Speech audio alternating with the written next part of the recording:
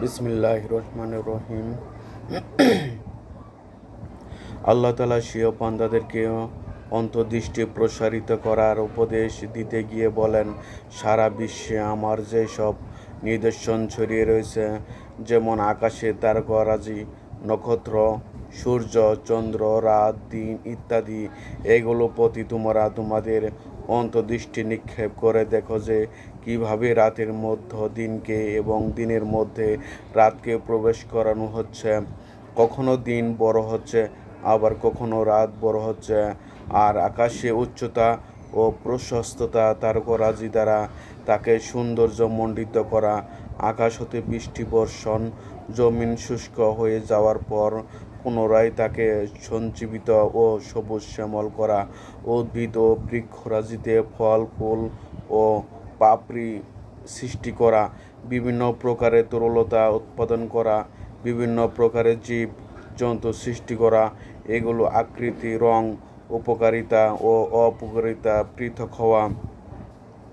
পাহাড়, মরুভূমি, বন জঙ্গল, বাগ বাগিচা, আবাদি ও পতিত ভূমি, সমুদ্র, তার তলদেশে বিস্ময়কর বস্তুরাজি, তরঙ্গমালা, জোয়ার ভাটা, এতৎসত্ত্বেও ভ্রমণকারীদের ওপর দিয়ে নৌকা, জাহাজ ইত্যাদি যুগে ভ্রমণ করা। এই সবগুলো হচ্ছে মহাশক্তিশালী আল্লাহ তাআলার নিদর্শনসমূহ, যিনি ছাড়া অন্য কোনো উপাস্য নেই।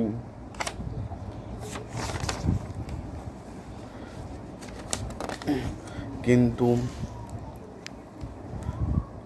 বড়ই পরিতাপের বিষয় এই যে এইসব নিদর্শন কাফিরদের চিন্তা গবেষণা কোনোই কারণ হচ্ছে না। আল্লাহ দলিল সাব্যস্ত হয়ে গেছে, এরা ঈমান আনছে না এবং আনবেও না। এই লোকগুলো তো ওই শাস্তির দিনের অপেক্ষা করছে যার সম্মুখীন হয়েছিল তাদের পূর্ববর্তী কওমগুলো।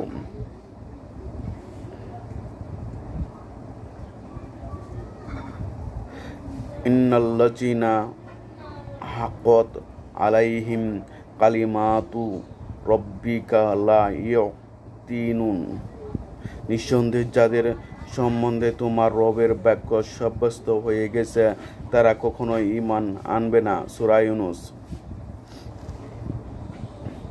হে নবী, তাদেরকে বলে দাও, তোমার সময়ের জন্য অপেক্ষা করো, আমি তোমাদের সাথে অপেক্ষা করছি। অবশেষে যখন অপেক্ষার সময় শেষ হয়ে শাস্তি এসেই পড়বে, তখন আমি রসুলদেরকে এবং তাদের উম্মতদেরকে বাঁচিয়ে নিব, আর যারা রসুলদেরকে অস্বীকার করেছিল তাদের ধ্বংস করে দিব। মুমিনদেরকে রক্ষা করার জিম্মি মহান আল্লাহর গ্রহণ করেছেন, যেমন তিনি বলেন, কাতাবা রব্বুকুম আলা নাফসিহি আর-রাহমাত, তোমাদের রব দয়া ও অনুগ্রহ করার নীতি নিজের উপর বাধ্যতামূলক করে নিয়েছেন। সূরা আনআম।